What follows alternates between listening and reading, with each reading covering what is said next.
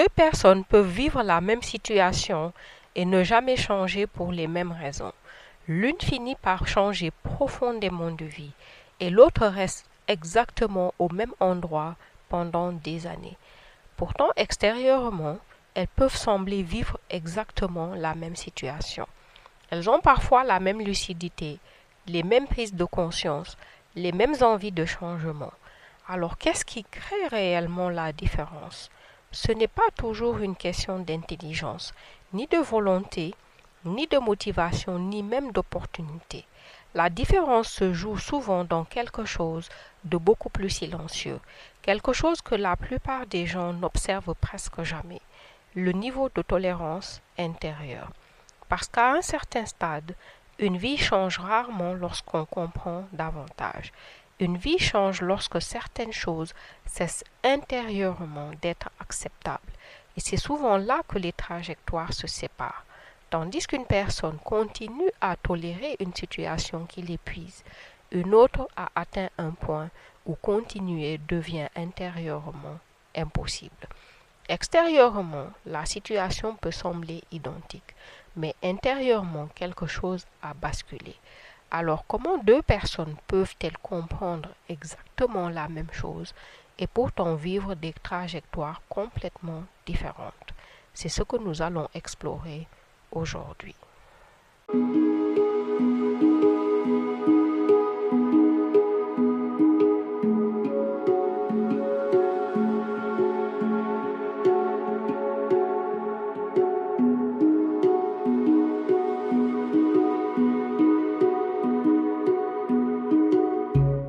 Tout d'abord, lorsque nous observons certaines trajectoires, quelque chose peut sembler étrange. Certaines personnes restent bloquées pendant des années alors même qu'elles comprennent parfaitement leur situation. Elles savent ce qui les épuise, ce qui ne leur correspond plus, quelles habitudes les maintiennent immobiles, quelles décisions elles repoussent. Parfois, elles savent même exactement ce qu'elles devraient faire. Et pourtant, rien ne change vraiment. Les années passent, les prises de conscience s'accumulent, toutefois la trajectoire reste pratiquement à l'identique. Et pendant ce temps, d'autres personnes confrontées à des situations parfois similaires finissent par changer profondément de direction, sans forcément en comprendre davantage, sans forcément avoir plus de certitude. Alors naturellement, nous cherchons des explications visibles. Nous pensons qu'il manque du courage, de la motivation, de la confiance ou une meilleure opportunité. Mais dans beaucoup de cas, ce n'est pas cela qui explique réellement la différence. Parce qu'une personne peut comprendre énormément de choses et continuer malgré tout à vivre exactement de la même manière. Alors que parfois une autre personne bascule sans avoir soudainement mieux compris. Quelque chose a changé ailleurs, quelque chose de plus silencieux. Et à partir de là, une question devient inévitable. Qu'est-ce qui fait réellement basculer une vie? Il nous faut avant tout balayer les explications habituelles du changement. Elles ne suffisent vraiment pas. En effet, nous aimons à croire que le changement dépend de facteurs visibles. Par exemple, le courage, la motivation, les bonnes opportunités, un déclic extérieur. Comme si certaines personnes possédaient quelque chose de fondamentalement différent ou comme si le changement était réservé à certains profils privilégiés. Mais dans la réalité, ce n'est presque jamais aussi simple, parce qu'il est possible de comprendre parfaitement ce que l'on devrait changer, de savoir exactement quoi faire, d'avoir une vision très claire de la situation, et pourtant ne rien modifier dans sa vie. Et ce point est essentiel, car à ce stade, deux trajectoires peuvent déjà exister. L'une continue de comprendre, l'autre parfois commence déjà à bouger, sans forcément comprendre davantage. Ce paradoxe révèle quelque chose d'important, que comprendre ne suffit pas à transformer. Mais alors si ce n'est ni une question de compréhension, ni une question d'intelligence, ni une question de circonstance, qu'est-ce qui fait réellement basculer une vie? À l'observation, Nous avons remarqué que la différence essentielle entre les personnes qui changent et celles qui restent immobiles ne se situe pas uniquement dans ce qu'elles savent. Elle se situe surtout dans ce qu'elles acceptent de continuer à vivre. Autrement dit, dans ce qu'elles tolèrent intérieurement. Et cette idée est centrale. C'est ici que les deux trajectoires commencent déjà à se séparer, car chacun d'entre nous vit dans un équilibre très particulier entre deux forces. D'une part, ce qu'il désire profondément, d'autre part, ce qu'il accepte de maintenir malgré tout. Tant que cet équilibre reste stable, une trajectoire reste stable aussi, même lorsqu'il y a de l'insatisfaction, même lorsqu'il y a de la fatigue, même lorsqu'une partie de soi sait déjà que quelque chose ne fonctionne plus. Donc on peut comprendre, on peut ressentir, on peut même vouloir autre chose et pourtant continuer exactement de la même manière. De ce fait, une personne peut être insatisfaite, fatiguée, lucide sur ce qui ne fonctionne plus et pourtant continuer exactement dans la même direction. Dans le même temps, une autre personne, confrontée à une situation comparable, va commencer à ne plus pouvoir maintenir ce même équilibre. Pas forcément parce qu'elle comprend davantage, mais parce que ce qu'elle accepte intérieurement commence déjà à changer. Et pourquoi cela? Parce que de fait, un être humain peut s'adapter énormément à beaucoup de choses. Il peut s'adapter à une fatigue devenue normale, par exemple, une vie qui ne lui ressemble plus vraiment, un vide qu'il apprend à ne plus regarder, une stagnation qui s'installe lentement, voire des compromis qui deviennent invisibles à force d'être répétés.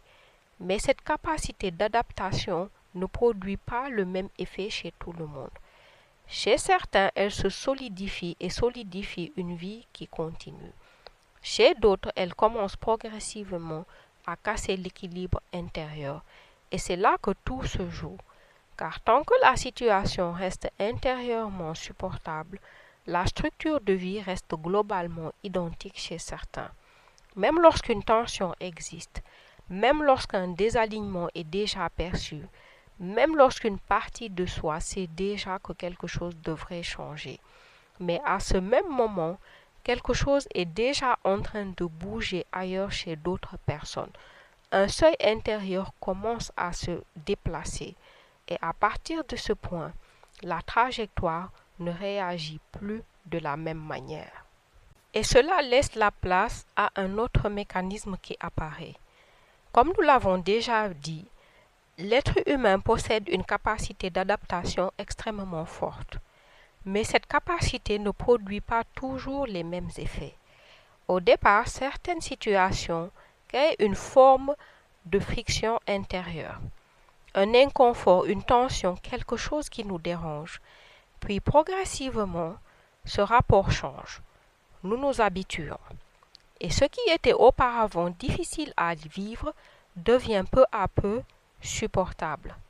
Pas parce que la situation s'est améliorée, mais parce que nous apprenons à fonctionner avec. Une personne peut ainsi s'adapter à une frustration devenue constante, par exemple, une fatigue qui n'interroge plus, un manque de sens que l'on met de côté, une vie qui ne nourrit plus vraiment, une forme de désalignement discret mais persistant. Pas parce que cela nous convient, mais parce que cela est devenu familier. Et à mesure que cette adaptation se fait, une autre dynamique peut apparaître ailleurs. Pendant que certains s'habituent et continuent à stabiliser leur vie dans ce cadre, d'autres commencent, lentement, à ne plus pouvoir rester dans le même état intérieur. Pas forcément parce qu'elles ont trouvé une réponse, mais parce que la tolérance elle-même commence à diminuer. Et c'est là que la divergence s'accentue. Car ce qui est familier finit toujours par paraître normal, et ce qui est normal finit par ne plus être questionné. Et c'est ainsi que certaines trajectoires se figent sans événement particulier, sans crise, sans rupture, sans décision visible, simplement par accumulation. La personne continue à travailler, à avancer, à gérer son quotidien, à remplir ses obligations, à maintenir ce qui existe déjà. Extérieurement, rien n'a changé. Et c'est précisément ce qui rend le phénomène si difficile à percevoir, parce qu'il n'y a pas d'arrêt, pas de crise, pas de signal évident. Mais intérieurement, les deux trajectoires ne vivent déjà plus la même réalité. Dans l'une, l'adaptation s'est solidifiée. Quelque chose s'éteint alors progressivement. Dans l'autre, l'adaptation commence à rendre la situation de plus en plus intenable. Et cette différence presque invisible reste dans cet état jusqu'au moment où quelque chose devient évident. Alors, avant d'avancer plus loin, nous allons faire un petit retour en arrière sur la manière dont nous nous habituons progressivement à ce qui ne nous correspond plus. De fait, comment le supportable devient normal à nos yeux. En fait, à force de vivre longtemps dans certaines limites, une chose très particulière finit par se produire. Le supportable devient normal. Et à partir de là, quelque chose change silencieusement. La personne ne distingue plus clairement ce qu'elle évite, ce qu'elle reporte, ce qu'elle abandonne progressivement, ni même ce à quoi elle a renoncé intérieurement. Parce qu'avec le temps, certains désalignements cessent d'être perçus comme temporaires. Ils cessent d'être des situations en attente de changement et commencent à être vécus comme la vie normale. Et c'est précisément ici que les trajectoires commencent à se figer durablement. Non pas parce que la personne ignore ce qui se passe, mais parce qu'elle s'y est adaptée suffisamment longtemps pour ne plus la questionner de la même manière. Et pendant que ce processus s'installe chez certains, d'autres commencent à la même étape à vivre exactement l'inverse. Ce qui était supportable commence progressivement à ne plus l'être. Et à partir de ce point, quelque chose change en profondeur. Ce n'est plus seulement une question de situation.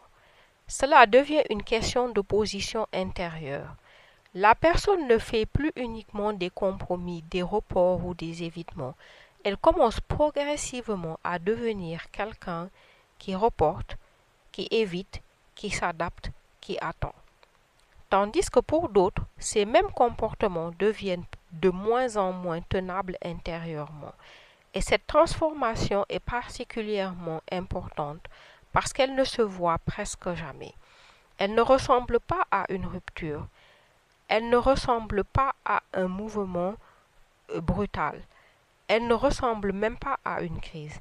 Elle ressemble juste à une continuité.